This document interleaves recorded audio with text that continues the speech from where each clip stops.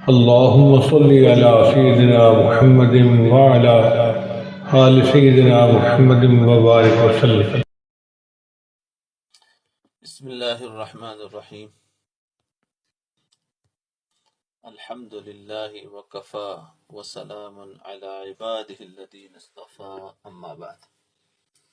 الحمد للہ رب العالمین والعاقبۃ للمتقین والصلاة والسلام علی رسولہ الکریم وعلی آلہ واصحابہ اجمعین. محترم دوستو بزرگوں، بات چل رہی تھی اللہ کی محبت الہی اور اللہ تعالیٰ کا تعلق کیسے نصیب ہو جائے. تو اس کے لیے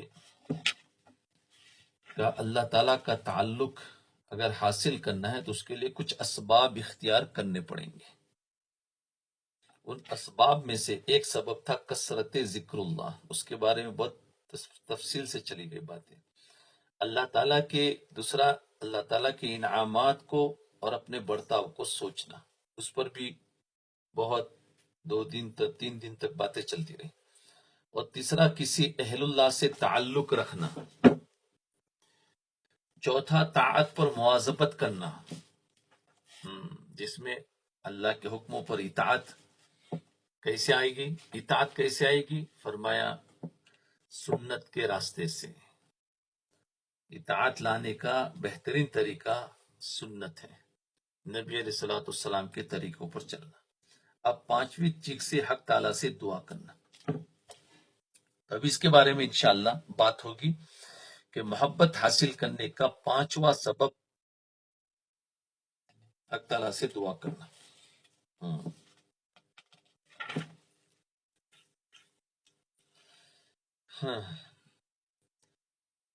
فرمایا اللہم انی اسألک حبک وحب من ینفعنی حبہ عندک. اے اللہ، میں آپ سے آپ کی محبت مانگتا ہوں. آپ سے، اللہ ہی سے اللہ کی محبت مانگو. میں آپ سے آپ کی محبت مانگتا ہوں کہ میرے دل میں آپ کی محبت پیدا ہو، اور جس کی محبت آپ کے نزدیک مجھے فائدہ پہنچانے والی ہو اس کی محبت عطا فرما. وحب من ينفعنی حبہ عندک، اور وہ جس کی محبت آپ کے نزدیک مجھے فائدہ پہنچانے والی ہو اس کی محبت ہمیں عطا فرما.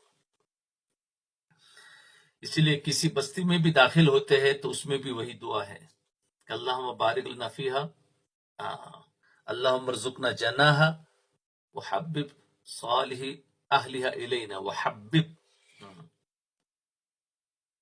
وحببنا الی اہلہا وحبب صالح اہلہا الینا. کہ ہماری محبت بستی والوں کے دلوں میں ڈالتے ہیں، اور بستی والوں میں جو نیک لوگ ہیں ان کی محبت ہمارے دلوں میں ڈالتے ہیں.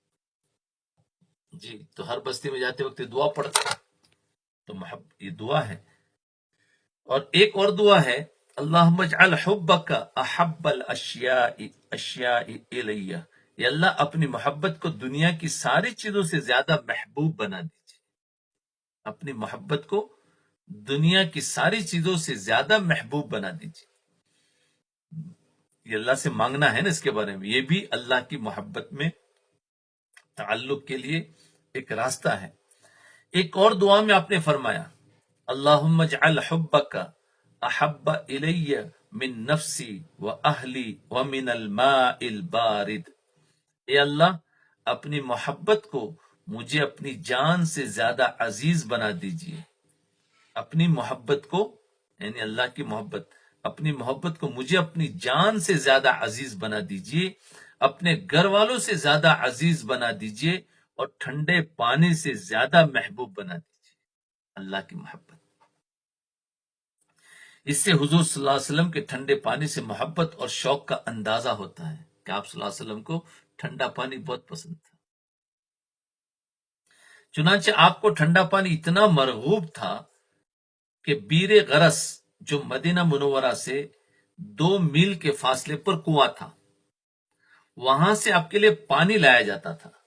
چنانچہ کسی اور چیز کے بارے میں احادیث میں منقول نہیں کہ حضور اقدس صلی اللہ علیہ وسلم کو فلاں غذا زیادہ مرغوب تھی اور وہ غذا فلاں جگہ سے لائی جاتی تھی. صرف پانی کے بارے میں منقول ہے کہ بیر غرس یا غرس سے آپ کے لیے لایا جاتا تھا، اس لیے کہ اس کا پانی دوسرے کنووں کے مقابلے میں زیادہ ٹھنڈا اور شاید زیادہ میٹھا ہوتا تھا. اور آپ نے وصیت فرمائی تھی کہ وفات کے بعد مجھے غسل بھی اس بیر غریس کے پانی سے دیا جائے. چنانچہ بیر مانی کنواں، غریس اس جگہ کا نام ہے، اس لیے اس کنویں غریس کنویں کا پانی تو کہ پانی سے آپ کو غسل کو دیا گیا. آپ کو ٹھنڈا پانی اتنا زیادہ پسند تھا، اس لیے آپ دعا فرما رہے ہیں کہ اللہ اپنی ذات کو میری جان سے زیادہ محبوب بنا دیجئے، میرے گھر والوں سے زیادہ محبوب بنا دیجئے اور ٹھنڈے پانی سے زیادہ محبوب بنا دیجئے. لہذا اللہ تعالیٰ سے مانگو کہ یا اللہ اپنی محبت عطا فرما. اللہ سے مانگو، کیا مانگو؟ کہ اپنی محبت عطا فرما اور اپنی محبت کو تمام محبتوں پر غالب فرما. حضرت والد صاحب رحمۃ اللہ علیہ یہ واقعہ سنایا کرتے تھے، یعنی حضرت مفتی شفیع اعظم رحمۃ اللہ علیہ، مفتی تقی عثمانی صاحب دامت برکاتہم کے والد صاحب رحمۃ اللہ علیہ واقعہ سنایا کرتے تھے کہ ایک دن حضرت تھانوی رحمۃ اللہ علیہ اپنی مجلس میں مضمون بیان فرما رہے تھے کہ ہر چیز اللہ تعالی سے مانگنی چاہیے. جی پی سکتے ہیں، میرے نبی کو زیادہ پسند تھا اس لیے، لیکن بیماری بڑھنے کا خطرہ ہو تو نہ پیے. ہاں ویسے گرمی شدید ہو تو ذرا ٹھنڈا پانی پی لیا، اور خاص کر کے مٹکے کا پانی رکھو، اس لیے مٹکا رکھو کہ مٹکے میں پانی ٹھنڈا ہوتا ہے، اس لیے پینا ہے کہ میرے نبی پیا کرتے تھے. تو ہر چیز اللہ تعالیٰ سے مانگنی چاہیے اور اللہ تعالیٰ کے ہاں دینے میں کوئی کمی نہیں. وہی بات جو کسی نے کہی ہے، کوئی جو ناشنا سے ادا ہو تو کیا علاج، کوئی جو ناشنا سے ادا ہو تو کیا علاج، ان کی نوازشوں میں تو کوئی کمی نہیں، ان کی نوازشوں میں تو کوئی کمی نہیں. حضرت نے فرمایا کہ مانگنے میں نقص رہ جاتا ہے، ورنہ اگر انسان مانگے تو اللہ تعالیٰ کے یہاں دینے میں کوئی کمی نہیں، دینے میں کوئی کمی نہیں. بس میاں اللہ تعالیٰ کے سامنے جھولی پھیلانے والا چاہیے، جھولی پھیلانے والا چاہیے، یعنی دامن پھیلا دو، سوالی بن جاؤ، پھر اللہ تعالیٰ اس جھولی کو بھر کر ہی بھیجتے ہیں. حضرت مجذوب رحمت اللہ علیہ نے سوال کیا کہ حضرت اگر کسی کے پاس جھولی ہی نہ ہو تو پھر کیا کرے؟ حضرت نے فرمایا جھولی بھی انہی سے مانگے. سبحان اللہ، جھولی بھی نہ دے تو کیا فرمایا؟ کہ وہ بھی انہی سے مانگو، جھولی بھی انہی سے مانگے. اللہ اکبر، سبحان اللہ، کیا بات کہی. اور یہ کہے کہ اللہ میرے پاس تو جھولی بھی نہیں ہے، اپنی رحمت سے مجھے جھولی بھی عطا فرما دیجئے، اور میرے اندر مانگنے کا سلیقہ بھی نہیں ہے، اور مانگنے کا سلیقہ بھی عطا فرما دیجئے. اللہ اکبر، کہ وہ بھی اسی سے مانگو. سبحان اللہ. جی پیسہ بھی اسی سے مانگو، پیسہ آ جائے تو پیسوں سے جو چیز لینا ہے وہ بھی اسی سے مانگو. چنانچہ ایک دعا میں حضور اقدس صلی اللہ علیہ وسلم نے اسی طرح مانگا، اللہم انی اسألک خیر المسألۃ وخیر الدعاء وخیر الاجابہ. یا اللہ میں آپ سے بہترین سوال کرنے کا سوال کرتا ہوں، سوال کرنے کا بہترین سوال کرتا ہوں. کہ سوال کیسے کیا جائے، یعنی میں آپ سے اچھے سوال کروں اور اچھی باتیں مانگوں. یا اللہ میں آپ سے یہ مانگتا ہوں کہ مجھے اچھی دعا کرنے کی توفیق ہو، اچھی طرح قبول بھی ہو، لہذا جھولی بھی انہی سے مانگو. اللہم انی اسألک خیر المسألۃ وخیر الدعاء وخیر الاجابہ. میں آپ سے مانگتا ہوں کہ مجھے اچھی دعا کرنے کی توفیق ہو اور اچھی طرح قبول بھی ہو، لہذا جھولی بھی انہی سے مانگو. اے اللہ ہمیں مانگنا نہیں آتا، مانگنے کا ڈھنگ عطا فرما، مانگنے کا سلیقہ عطا فرما، بین مانگے عطا فرما.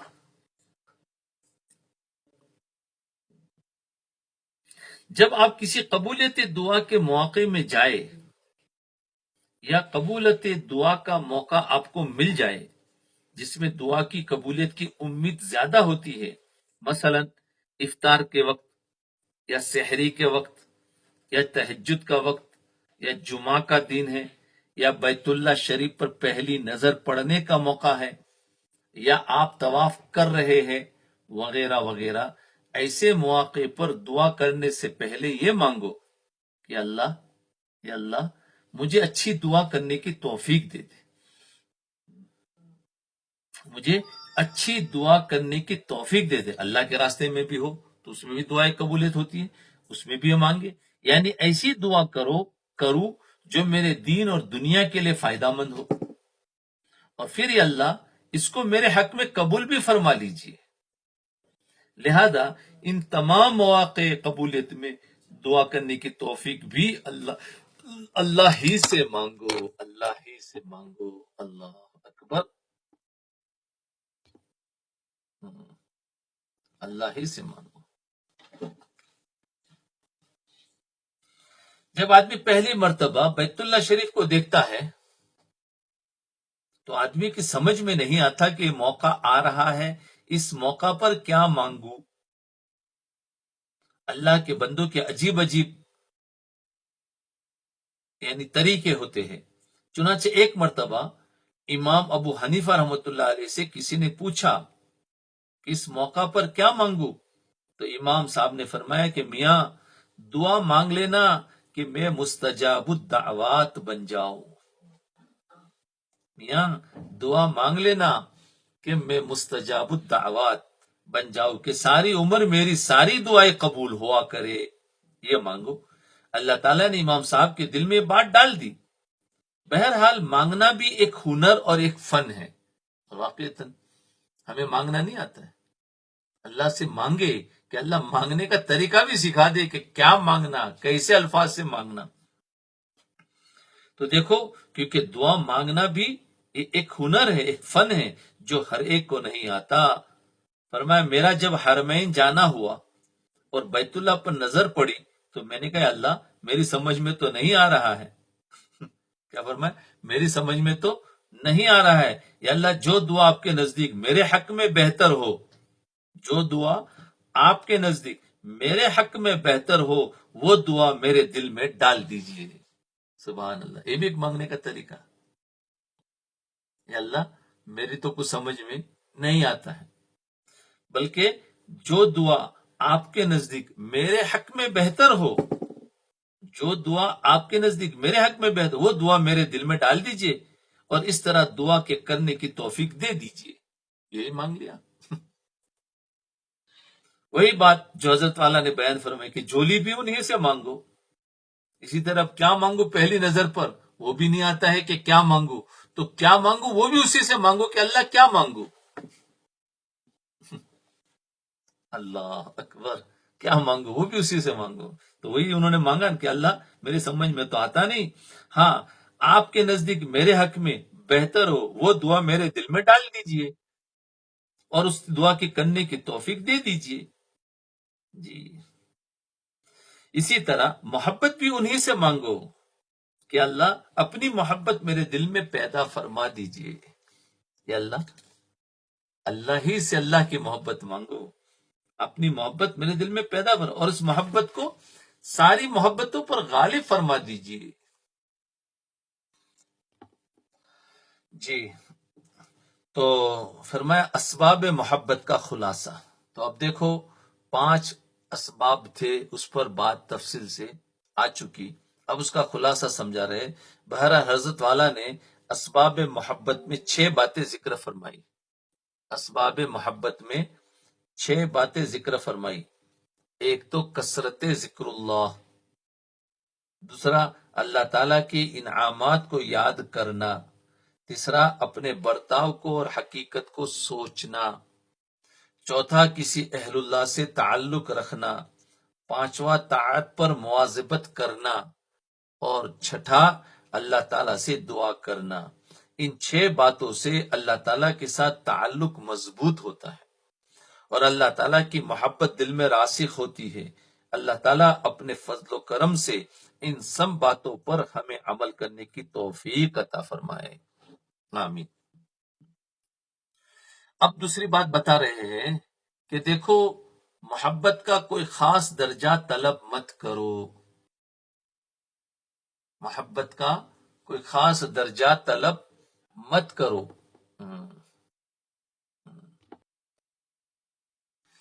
جی، محبت کا کوئی خاص درجہ طلب مت کرو۔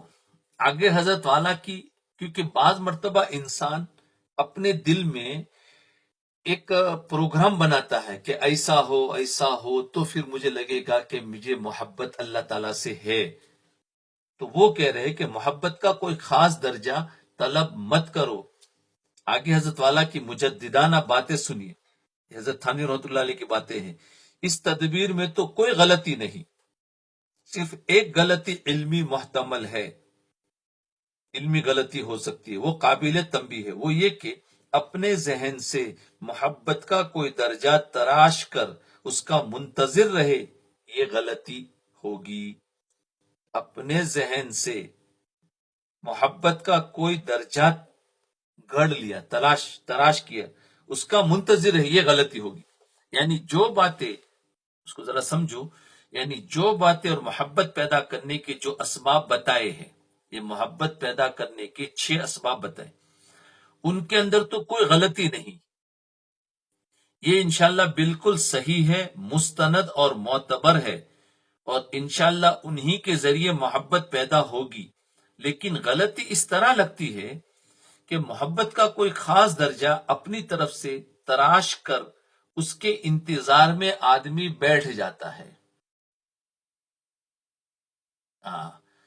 اس کے انتظار میں آدمی بیٹھ جاتا ہے کہ مجھے محبت کا یہ درجہ حاصل ہونا چاہیے، مجھے محبت کا یہ درجہ حاصل ہونا چاہیے، ایک تصور کر لیتا ہے۔ مثلا دماغ میں یہ تصور لیے بیٹھا ہے، دماغ میں یہ تصور لیے بیٹھا ہے کہ حضرت جنید بغدادی رحمت اللہ علیہ کو جو محبت حاصل تھی وہ مجھے حاصل ہو جائے، یا حضرت اویس کرنی رحمت اللہ علیہ کو جو محبت حاصل تھی وہ مجھے حاصل ہو جائے، حضرت شاہ عبد القادر گیلانی رحمت اللہ علیہ کو جو محبت حاصل تھی وہ مجھے بھی حاصل ہو جائے۔ گویا کہ محبت کا ایک درجہ اپنے ذہن میں اس نے سوچ کر رکھا ہے، اپنے لیے اس کو تجویز کر لیا کہ مجھے محبت کا یہ درجہ ملنا چاہیے۔ اب اس درجے کے انتظار میں بیٹھا ہے، اور پھر جب وہ درجہ محبت کا حاصل نہیں ہوتا تو پھر وہ شخص یا تو اللہ تعالی کی ناشکری کرتا ہے، یا محبت پیدا کرنے کی تدبیروں کو صحیح ہونے پر شک کرتا ہے، یا پھر مایوسی کا شکار ہو جاتا ہے۔ دیکھا، تین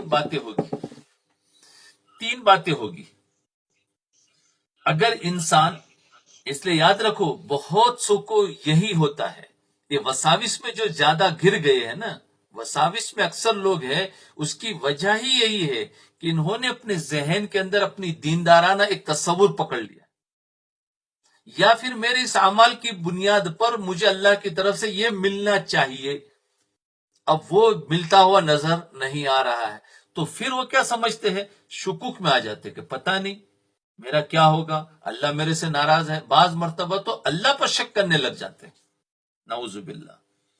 تو فرمایا جب وہ درجہ محبت کا حاصل نہیں ہوتا تو پھر وہ شخص یا تو اللہ تعالیٰ کی ناشکری کرتا ہے، یا محبت پیدا کرنے کی تدبیروں کو صحیح ہونے پر شک کرتا ہے، پھر اس کی جو تدبیر ہے وہ پتہ نہیں یہ صحیح ہے کہ نہیں ہے، کہاں سے لے آئے، شکوک کرتا ہے، یا پھر وہ مایوسی کا شکار ہو کر بیٹھ جاتا ہے۔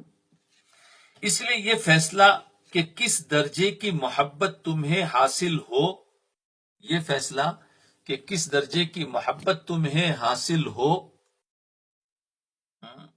تمہیں یہ فیصلہ کرنے کا حق نہیں، یہ فیصلہ نہیں کرنا، یہ فیصلہ وہی ذات کرے گی جو محبت دینے والی ہے کہ تمہیں کس درجے کی محبت دینی ہے، اور جس درجے کی محبت تمہیں دینی ہے وہی محبت تمہارے حق میں مفید بھی ہے۔ ہاں، تو اللہ دیتا، اعمال پر ملتا ضرور ہے، لیکن جو ہم نے تصور کیا ہے وہ نہیں مل رہا ہے۔ اللہ کو جو دینا ہے وہ دے رہا ہے، تو وہ ہمیں دکھائی نہیں دیتا. اس لیے فرمایا غلطی یہاں پر ہوتی ہے کہ ہمیں وہ تصور نہ بنانا چاہیے. ہمارا کام تو ہے عمل کرتے جاؤ. اب ایک آدمی مثال کے طور پر بتاتا ہوں کہ بھائی بتاؤ نماز پڑھنے پر کتنے فائدے ہوں گے؟ جو فضائل اعمال فضائل نماز میں لکھا ہوا ہے کہ اس کو روزی میں برکت ہوگی، ہاں، اس کی حفاظت ہوگی، اس کو چین اور سکون ملے گا، پتہ نہیں کتنے بھی ہے. برابر. اب ایک آدمی کو وہ چیزیں نہیں مل رہی، تو وہ کیوں؟ حالانکہ مل رہی ہے لیکن اس کو پتا نہیں ہے، اس لیے کہ اس نے اپنے ذہن میں ایک تصور بنا رکھا ہے کہ وہ نماز پڑھنے پر مجھے روزی میں برکت، تو میری سیلری بڑھنی چاہیے، ابھی تک نہیں بڑھی. ہاں، میری حفاظت، تو مجھے تو ایسے بھی ایسے ہے، اور مجھے چین اور سکون نہیں مل رہا ہے. تو یہ تصور بنا کے رکھا ہوا ہے کہ ایسا ایسا ایسا ہو. تو یہ تصور نہیں ملنے کی وجہ سے اس کو ہوتا ہے. لیکن کیا اس کو نہ ملا تو نماز تو پڑھتا جا رہا ہے، بعض مرتبہ انسان نماز چھوڑ دیتا ہے. ہمارا کام ہے وہ ہمیں ملتا ہوا دکھائی دیوے یا نہیں دکھائی دیوے، ہمیں تو اللہ کے حکم کو پورا کرتے چلنا ہے، کرتے جانا ہے. کیونکہ اللہ اس پر وہ دیں گے، وہ ضرور دیں گے. اب ہمیں تھوڑا سا دیا ہے، ہمیں نظر نہیں آ رہا ہے،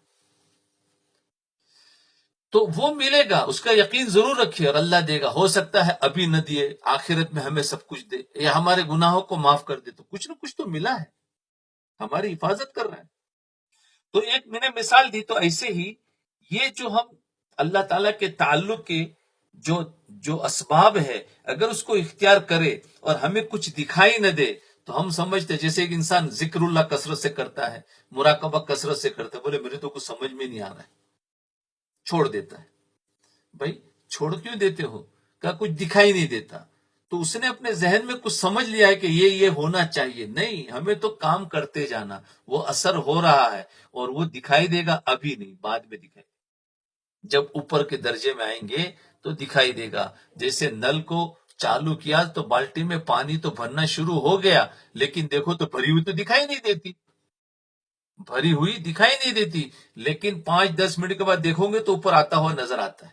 تو ایسے ہی ہمارے اندر ہم جب یہ کام کریں گے تو اللہ کی محبت ابھی دکھائی نہیں دے گی. 1-2 سال 3 سال تک جب صحیح طریقے سے کرتے جائیں گے، محبت بڑھے گی، تو اب سمجھ میں آئے گا کہ ہاں اب کچھ اعمال کا شوق پیدا ہوا، دین پر چلنا آسان ہو گیا، جو محبت کی علامتیں.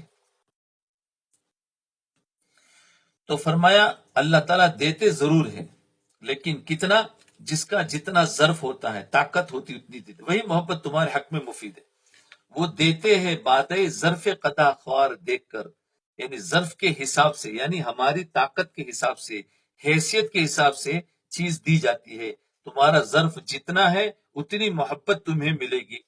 باقی تم اپنی طرف سے محبت کا ایک درجہ تراش کر یہ کہو کہ یہ درجہ محبت کا مجھے ملنا چاہیے، اس کے مطالبے کا تمہیں کوئی حق نہیں، اس کے مطالبے کا تمہیں کوئی حق نہیں. اور یہیں پر آ کر انسان پھر وساوس میں، شکوک میں آتا ہے. وہ اپنا ایک درجہ طے کر لیتا ہے، لیکن محبت کا جو درجہ تمہیں ملے گا انشاءاللہ تمہارے حق میں وہ کافی ہوگا، بشرطے کہ ان تدبیروں پر عمل کر لیا، جو تدبیریں بتائی، جو اسباب بتائے. بعض مرتبہ اسباب پر عمل کرتے ہوئے بھی کچھ بھی دکھائی نہیں دے گا، بلکہ اس کے خلاف دکھائی دے گا. بولے یہ کیا ہو گیا؟ نہیں، ہمارا کام ہے بس یہ ہے کہ ہاں اس کے لائن کے آدمی جو ہے یا اس کے جو ڈاکٹر ہوتے ہیں ان سے ملو، ان سے پوچھتے رہو کہ مجھے کچھ سمجھ میں نہیں آ رہا، یہ سب کچھ میں نے سنا ہے، پڑھا ہے، تو آپ مجھے بتاؤ. پھر وہ آپ کو تسلی دیں گے، بتائیں گے. اعمال کو نہیں چھوڑنا. ہوتا یہ ہے کہ ہم لوگ ایک طرف تو بزرگوں کی بتائی ہوئی تدبیروں پر عمل کرنا شروع کر دیتے، بزرگوں کی بتائی ہوئی تدبیروں پر عمل کرنا شروع کر دیتے ہیں، اور دوسری طرف اپنے لیے کوئی اعلیٰ درجہ تجویز کر لیتے ہیں کہ یہ میری منزل ہے، یہ میری منزل ہے اور مجھے اس منزل پر پہنچنا ہے. ان تدبیروں پر عمل شروع کرنے کے بعد جب وہ مطلوب منزل بہت دور نظر آتی ہے تو اس کا نتیجہ یہ ہوتا ہے کہ اب تک جو کچھ حاصل ہوا ہے اس کی ناقدری اور ناشکری شروع کر دیتے ہیں. اسی لیے جب جماعتوں میں نکلتے ہیں تو فرماتے ہیں کہ دیکھو ہمیں اپنا عمل کرنا ہے، نا امید نہیں ہونا. بھائی ہم ایک مسجد میں 3 دن رہے، ایک آدمی بھی نمازی نہیں بڑھا. ہمارا کام تھا گشت کرنا، لوگوں کے ساتھ ملنا، ان کا ذہن بنانا اور وہاں پر اعمال اور جمع کر کے جماعت کو نکالنا. نہیں، محنت کر لی لیکن نکلا کچھ بھی نہیں، تو نا امید مت ہو جاؤ. ہمارا جو کام تھا وہ ہم نے کر دیا ہے صحیح نیتوں سے، صحیح طریقے سے. انشاءاللہ اس کا اثر بستی والوں پر ضرور ہوا. نا امید نہیں ہونا ہے. ہم تو سمجھتے کہ ہاں ہو گیا تو ہمیں لگتا ہے کہ فخر آ جاتا ہے. نہیں، کام کرتے جاؤ. یہ اسباب ہے محبت کی. اللہ کی محبت ہمیں مل گئی، جیسے سنتوں پر چلنا ہے کہ اس سے اللہ کی محبت ضرور ملتی ہے، لیکن اللہ کی محبت نظر نہیں آتی. بھائی کھانا سنت کے مطابق کھا رہے، زمین پر بیٹھ کر دائیں ہاتھ سے دعا پڑھ کے سب کچھ سنت ہو رہی ہے، روزانہ کر رہے. تو ابھی آپ کہہ سکتے ہیں کہ بھائی اللہ کی محبت تو کہاں میں دکھائی دے رہی. میں تو 10 سال سے سنت پر چل رہا ہوں، کھانے کی، سونے کی اور بھی دوسری کچھ سنت. بھائی دکھائی دینا ضروری نہیں ہے، محبت مل رہی ہے. ارے اللہ محبت کر رہے ہیں جبھی تو توفیق دی ہے سنت پر چلنے کی. کیا یہ محبت کی علامت نہیں ہے؟ ہاں؟ اگر اللہ محبت نہ کرتا تو دوسرے دن سنت کی توفیق ہی نہ ہوتی، دعا پڑھنے کی توفیق ہی نہ ہوتی. تو کیا یہ محبت کا ایک درجہ نہیں ہے کہ وہ دوسرے دن ہمیں پڑھنے کی بھی توفیق دے رہا ہے، سنت پر عمل کرنے کی؟ اب روزانہ توفیق مل رہی ہے، یہ اس بات کی علامت ہے کہ اللہ نے محبت کی ہے جبھی توفیق دے رہا ہے. تو دیکھو، تو فرمایا جب انسان پھر کیا ہوتا ہے، نظر نہیں آتا ہے تو ناشکری شروع کر دیتا ہے. اور چونکہ وہ مطلوب منزل حاصل نہیں ہو رہی، مطلوب جو سوچا تھا وہ حاصل نہیں ہو رہا، اس لیے مایوسی کا شکار ہو جاتے. پھر اس مایوسی کے نتیجے میں ان تدابیر کو چھوڑ دیتے ہیں. تدابیر کیا اعمال چھوڑ دیتے،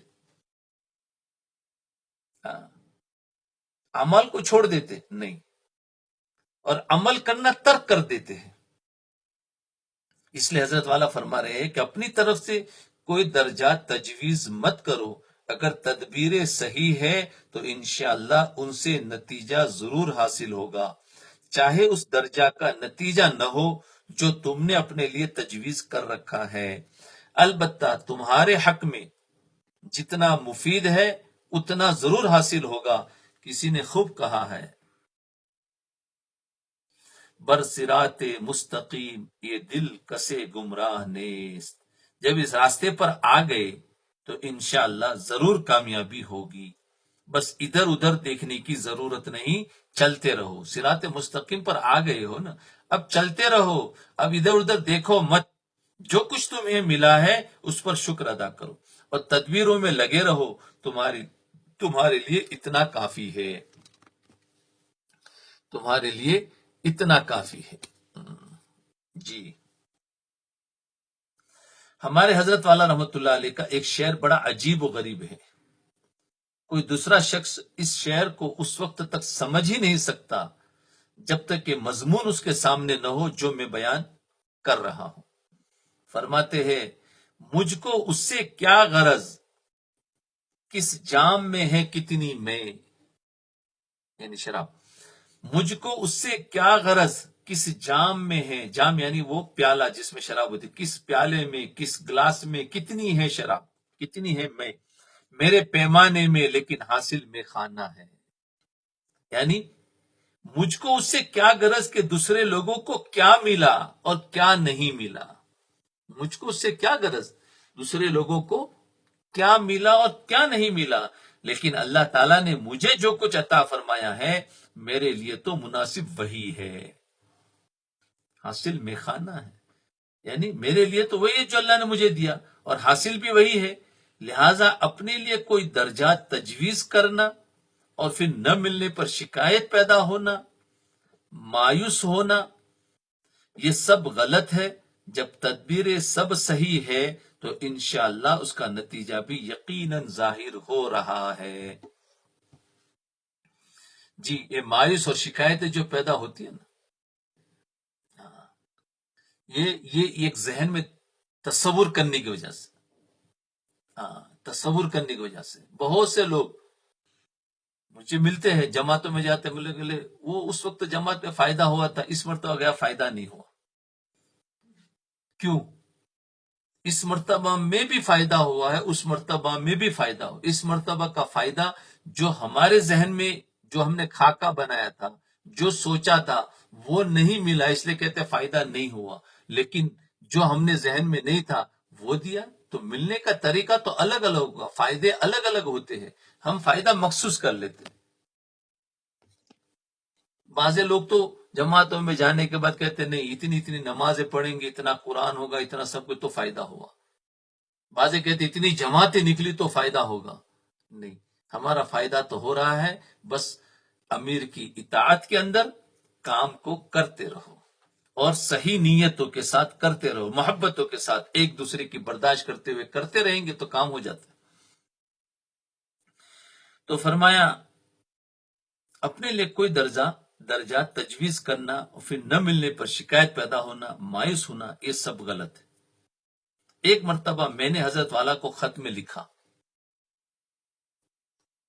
ایک مرتبہ فرمایا میں نے حضرت والا کو خط میں لکھا کہ فلاں کام مجھ سے نہیں ہوتا اور فلاں کام مجھ سے نہیں ہوتا اور فلاں کام مجھ سے نہیں ہوتا، اور جس آدمی سے یہی کام نہیں ہوتے وہ دنیا میں اور کیا کام کرے گا. سارے کام نہیں، بولے یہ میرے سے نہیں ہوتا، یہ میرے سے نہیں. تو جسے یہ کام نہیں ہوتا دنیا میں اور کیا کام کرے گا. دیکھو تو صحیح کیسا لکھا ہے. یہ ہمارا ہی سوال ہے. حضرت والا نے اس آخری عبارت پر لکیر کھینچ کر اس کے سامنے جواب لکھا، کیا اپنی ذات سے جلیل القدر امور متوقع ہے؟ اپنی ذات سے جلیل القدر امور متوقع ہے، یعنی تمہارا یہ فقرہ کہ جس سے یہ کام نہیں ہو سکتے اس سے کیا کام ہوگا، گویا کہ اپنی ذات سے بہت جلیل القدر امور کی تم نے توقع لگائے بیٹھے ہیں کہ ہم تو اس مقام کے آدمی ہیں، لہذا اس بلند مقام کے امور ہم سے سرزد ہونے چاہیے، اور وہ امور چونکہ نہیں ہو رہے ہیں لہذا مایوسی ہو رہی ہے. یعنی انسان اپنے ذہن میں جب بڑا اعمال سوچ لیتا ہے، اب وہ اعمال نہیں ہو پا رہے ہیں تو وہ یہ سوچتا ہے میرے سے کیا ہوگا، میرے سے تو کچھ نہیں ہو سکتا. یہ سمجھانا چاہتے. تو دراصل جواب کے ذریعے تنبیہ فرما دی کہ در حقیقت دل میں اس خیال کے پیدا ہونے کا منشا کبر ہے، کہ تمہارے دل میں جو خیال پیدا ہوا ہے یہ کبر ہے کہ میرے کو اتنے بڑے درجے پر پہنچنا ہے اور وہ نہیں ہو رہا ہے، اب میں کیا کر سکتا ہوں. فرمایا یہ کبر ہے، یعنی اپنے لیے بہت جلیل القدر امور تجویز کر رکھے ہیں کہ یہ ہونے چاہیے، اور جب وہ نہیں ہو رہے تو اب مایوس ہو رہے ہیں، لہذا اس کا منشا حقیقت میں کبر ہے. بہت سی جماعتوں کے ایسے ہوتے ہیں کہ وہ سوچ کے جاتے ہیں ہم تو اس علاقے میں جائیں گے تو وہاں ہر دن 3 دن کی جماعتیں نکالیں گے، اور 40 دن کی تو ہر 3 دن ہے، 40 دن کے بعد اب یہ سوچ کر گئے تو بولا ہم سے تو ابھی کچھ نہیں ہو، 3 دن کی بھی جماعتیں نہیں ہو رہی ہے، ہم سے تو کچھ نہیں ہو. اب کیوں؟ وہ تصور تو بڑا رکھا تھا، نیتیں تو رکھو، اس میں کوئی شک نہیں ہے، لیکن وہ نیتوں کو اتنا تصور مت دو کہ وہ ہوا تو کام ہوا، وہ نہیں ہوا تو کام نہیں ہوا، مایوسی آ جاتی. عزائم اور چیز ہے اور وہ کام وجود میں آنا وہ اور چیز ہے. عزائم تو کر سکتے ہیں، عزائم تو ہم اتنے بڑے رکھنے ہیں کہ ہمیں تو صحابہ کی نقل اتارنی، اتنے بڑے بڑے عزائم ہو، لیکن چلنا وہیں سے ہے جو ہمارے پاس جو ہے اتنا چلنا شروع کر دو. یاد رکھنا، اس لیے ہمارے حضرات عزائم کراتے ہیں کہ عزائم یہ ہو اور پھر محنت ہو، اور محنت نہ مایوس نہیں ہونا ہے، کوئی بات نہیں. استغفار کرے، اپنی کمی پر نظر کرے اور آگے ہمت سے کام کرے.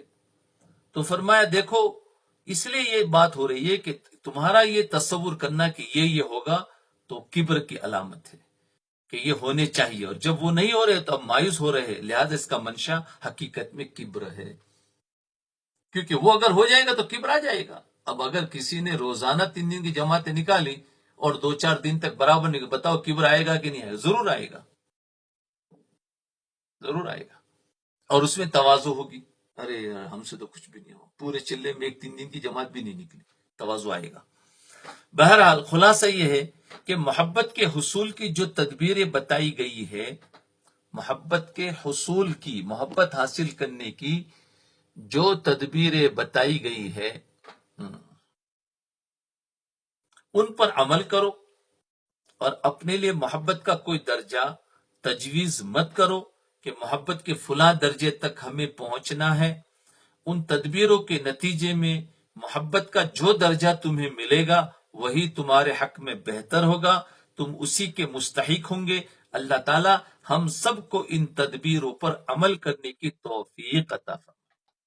دیکھو یہ جو باتیں پڑھی گئی ابھی، تو اس کے اندر جو ہے نا یہ ہمارے بہت سارے وساوس اور جو سوالات ہیں اس کے جوابات اس میں آ گئے۔ اگر ہم نے اس طریقے سے اپنے آپ کو بنایا تو ہمیں کوئی وسوسہ نہیں آئے گا۔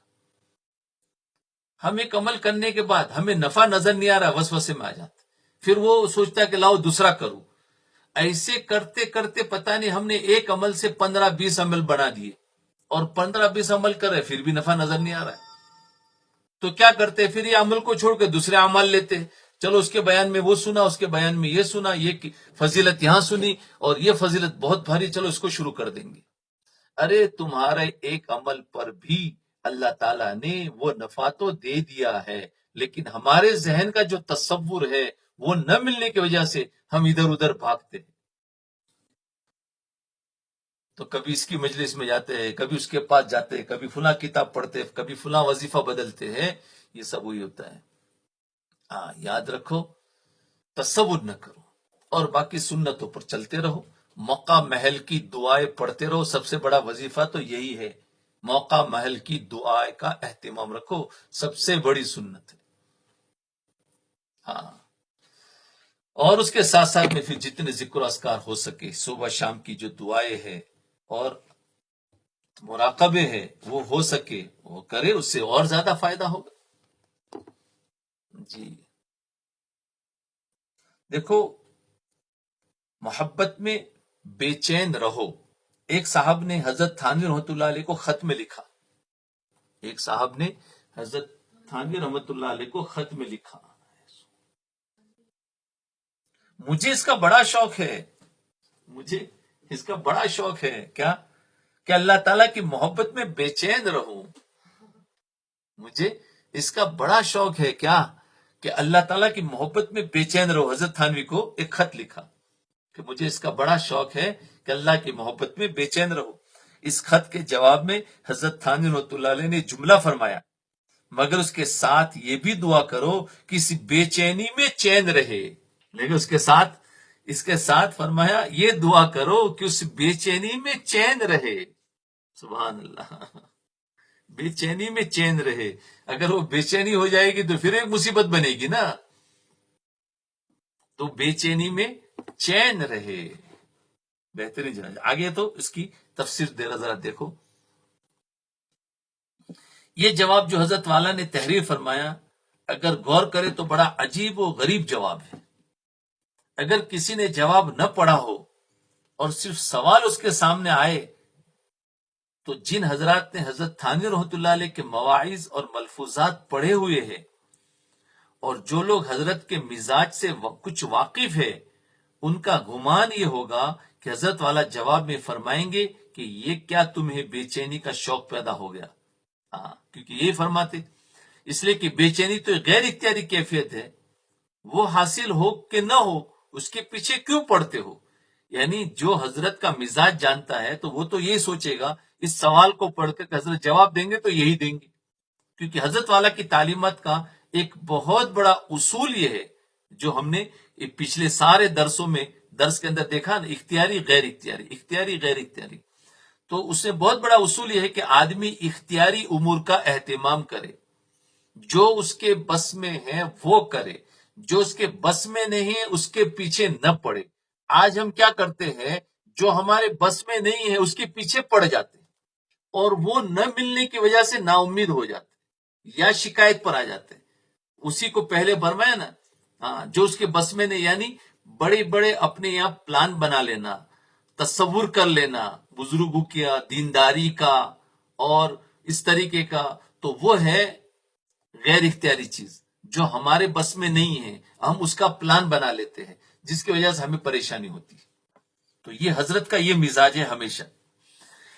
تو فرمایا آدمی اختیاری امور کا اہتمام کرے، غیر اختیاری کی فکر میں نہ پڑے۔ یہ بڑا زرین اصول ہے، اس لیے کہ غیر اختیاری کیفیات کے کسی وقت عبادت کا ذوق شوق ہو رہا ہے، کیونکہ غیر اختیاری کیفیت ہے کیا کہ بعض مرتبہ عبادت میں بڑا ذوق اور شوق ہو رہا ہے، بڑا مزہ آ رہا ہے، اور بعض مرتبہ بالکل مزہ نہیں ہے۔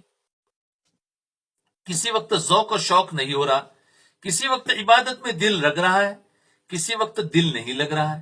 یہ سب کیفیات آنی جانی ہے، ان کے پیچھے پڑنے کی ضرورت نہیں ہے۔ بعض مرتبہ کیا ہوتا ہے کہ کبھی ہمارا دل لگا، عبادت میں بہت اچھا دل لگا، اب ہفتہ دو ہفتہ لگا، اس کے بعد وہ دل چھوٹ گیا۔ اب انسان وہ جو دل لگا تھا وہ برسوں تک وہی سوچتا ہے کہ مجھے وہ کیفیت کب ملے جو میرا دل لگا تھا۔ کیونکہ کئی لوگوں نے مجھے سوال کیا ہے، خصوصاً جماعت والوں کے ساتھ جب بیٹھا ہوں تو انہوں نے سوال کیا، تو وہ اسی کے پیچھے پڑ جاتے۔ میں نے ان کو یہی جواب دیا کہ دیکھو، جو کیفیت آپ کو جس وقت ملی تھی وہ ایک اللہ تعالیٰ کی طرف سے دین تھی، اب زندگی بھر آپ اس کو ڈھونڈو، یہ غلط ہے۔ آپ اپنے حساب سے کام کرتے جا، ہو سکتا ہے کبھی کسی وقت وہ کیفیت مل جائے گی، لیکن نہ بھی ملا تو کوئی نقصان نہیں ہے، اس لیے کہ وہ مقصود نہیں ہے، وہ محمود تھی، مقصود نہیں ہے کہ اب تم وہی۔ اب انسان اسی کو ڈھونڈ رہا ہے، اور وہ کیفیت نہ ملنے پر وہ خود دل میں بے چین ہو رہا ہے، اور اس کو پوچھ رہا ہے کہ میں کیا کروں، اس کو پوچھ رہا ہے میں کیا کروں، اس کو وظیفے بڑھا رہا ہے کہ میں کیا کروں، فلاں کچھ پڑھ رہا ہے کیا کروں، کیونکہ وہ کیفیت حاصل کرنی۔ ارے اس کیفیت کے پیچھے مت پڑو، یہ حضرت فرماتے ہیں۔ فرمایا، وہ میں اسی کو ذرا اور اچھی طریقے سے سمجھا رہا ہوں تاکہ سمجھ میں آ جائے۔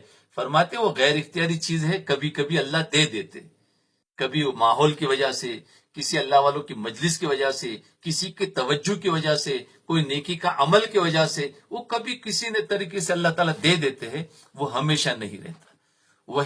وہی قصہ ہے جو حضرت حنزلہ رضی اللہ تعالیٰ عنہ نے فرمایا تھا، نافق حنزلہ، کیوں کہ وہ کیفیت جو اس مجلس میں تھی وہ گھروں پر آ کر وہ کیفیت نہیں رہتی ہے، تو وہ کیفیت نہیں رہی، تو فرمایا وہ غیر اختیاری چیز ہے، وہ ہمیشہ نہیں ہوتی۔ اس لیے کبھی کبھی کسی زندگی میں کسی وقت میں وہ کیفیت آ جاتی ہے، پھر وہ کیفیت نہیں ملتی۔ تو فرمایا کسی وقت عبادت میں دل لگ رہا ہے، کسی وقت دل نہیں لگ رہا، اس سب کیفیت آنی جانی ہے، ان کے پیچھے پڑنے کی ضرورت نہیں، اصل مقصود عمل ہے۔ یہ حضرت تھانوی رحمۃ اللہ علیہ کی تعلیمات کا خلاصہ ہے۔ اس لیے جو لوگ کیفیات کے بہت پیچھے پڑتے ہیں، حضرت والا عام طور پر ان کی ہمت افزائی نہیں کیا کرتے۔ جو کیفیات کے پیچھے پڑتے ہیں اس کے پیچھے نہیں پڑنا چاہیے۔ بس انشاءاللہ اس کے بعد کل بات کریں گے اس کے اوپر کہ وہ چین کہ مجھے اللہ کی محبت میں بے چین رہے، اس کو اور آگے سمجھائیں گے انشاءاللہ۔ تو ہمیں بھی بہت کچھ ملے گا، دھیان اور توجہ کے ساتھ بات کو سنتے رہے۔ تو اب آج کے سبق کے اندر سب سے بڑی بات کیا آئی کہ دیکھو، ہم سے جتنا ہوتا ہے ہمت کے ساتھ میں اعمال کرتے رہے اور گناہوں سے بچتے رہے۔ بس کوئی کیفیت نظر آتی ہے تو اس کو چھپاتے رہو، اس کو بھی بولنا نہیں۔ آدمی اس کیفیت کو اتنا بولتا ہے کہ کبر آ جاتا ہے۔ فرمایا کیفیت کو تو چھپانا ہے، عمل کرتے رہو۔ اس لیے ہمارے حضرات جو ہے وہ تو ان کے اوپر تو کیا کیا کیفیاتیں طاری ہوتی تھی، لیکن کبھی بھی مجلسوں میں بتاتے نہیں تھے۔ اس لیے بات کا یاد رکھے، بتا دیتے ہیں تو پھر انسان راستے سے ہٹ جاتا ہے۔ ہاں بتانا ہوگا تو اپنا کوئی استاد ہو یا اپنا کوئی روحانی ڈاکٹر یا شیخ ہو تو فرمایا اس کو جا کے بتا دو، اس کو بتانے میں کوئی حرج نہیں ہے، لیکن اس کے علاوہ عام لوگوں کو بتانے میں بالکل نقصان ہوتا ہے، کیفیت کو چھپانا ہے، کیونکہ وہ مقصود نہیں۔ لا الہ الا اللہ محمد رسول اللہ، ہاتھ اٹھا لے دعا کر لے۔ اللہم صلی علی سیدنا محمد وعلی آل سیدنا محمد وبارک وسلم۔